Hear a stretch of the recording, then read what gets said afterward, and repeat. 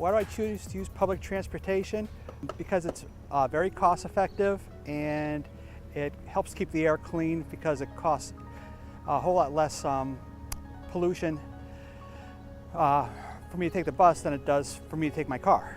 Well, you figure if a person takes and drives to and from work, anywhere from $3 to $4 a gallon of gas, depending on the timing of the year. Whereas if in fact you take a METS bus, then you only pay $1 to get to work normally. You can pretty much get from one side of town to the other side of town for just $2. As far as west side to the east side of town for pretty much $2. So that, and it takes you more than that just to get 1 gallon of gas. So it really is an opportunity for savings just by using the METS transit. A transit system, of course, puts out an amount of dioxides and pollution into the air, but it's better that one bus do it than numerous vehicles that could be parked. So that's the contribution to a healthy environment. On a yearly basis, we'll carry a total of probably 130,000 people. Now that doesn't mean 130,000 different people.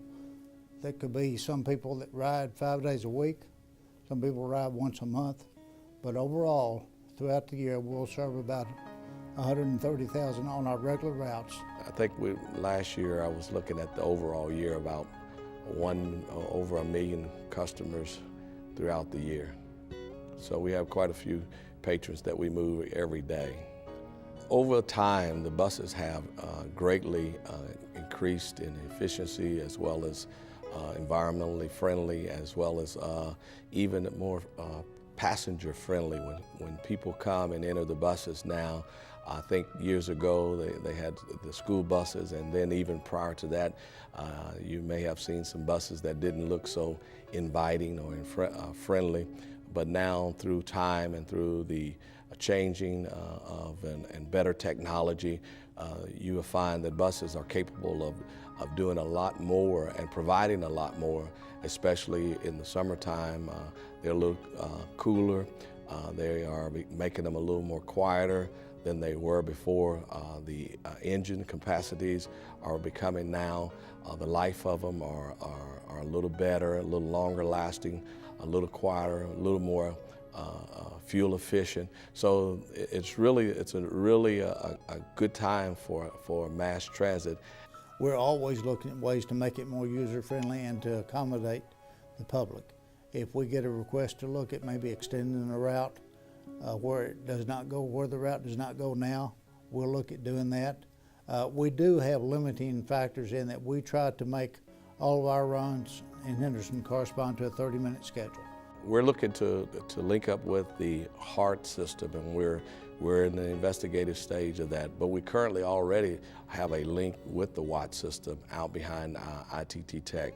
So there's already a connection to the WNIN system. And so if we make the connection to the H.A.R.T system in Henderson, then it's plausible that a person could get on in Henderson and then go to Newburgh if necessary, if they had to, just by making those connections through METS. There's discussions that have taken place about the possibility of linking all three transit systems together at least one common point, wherever that might be. Probably would be in Evansville. We're exploring those possibilities now to determine how those routes would be run, how often they'd be run, and to see if it's feasible to have interconnecting service. We have at METS a couple of different fuel efficiency type of fuel capabilities at METS. One, we run our buses that are run off diesel, and then we have our hybrid buses. Our hybrid buses are a mixture of electric and as well as diesel on your start and stop routes that have a lot of starting and stopping, because at the lower RPMs, the electric motion is what carries the buses at the lower RPMs, and then when you get up to the higher RPMs, is when the diesel portion kicks in. And so those greatly help to reduce the emissions and help to reduce, help in the efficiencies of the bus. We've had the system since 1948, 49, and it's here for now to stay, and we hope it'll stay a long time. We'll encourage people to use it. They're not using it now. In fact, on June the 7th this year, we're going to have what's called Transit Day. It's a day once a year that we set aside where all rides are free, there's no charge. We even have a lunch available on the main transit corner, the connecting corner, where people can grab a hot dog and a drink. And we just do that one day a year to encourage people. If you've never done it, try it. Try transit and see if you like it, see if it does what you need done, see if it connects where you need to go.